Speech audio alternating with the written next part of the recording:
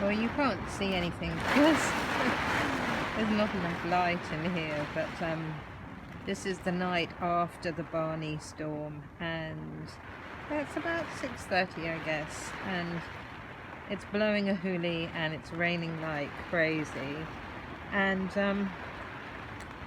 I just thought I'd see if I could actually catch the incredible tumult of it on the canvas yurt.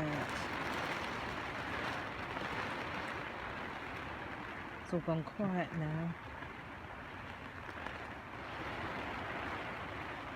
It's a little later in the evening now, and it had gone quiet for a while, although that was relative.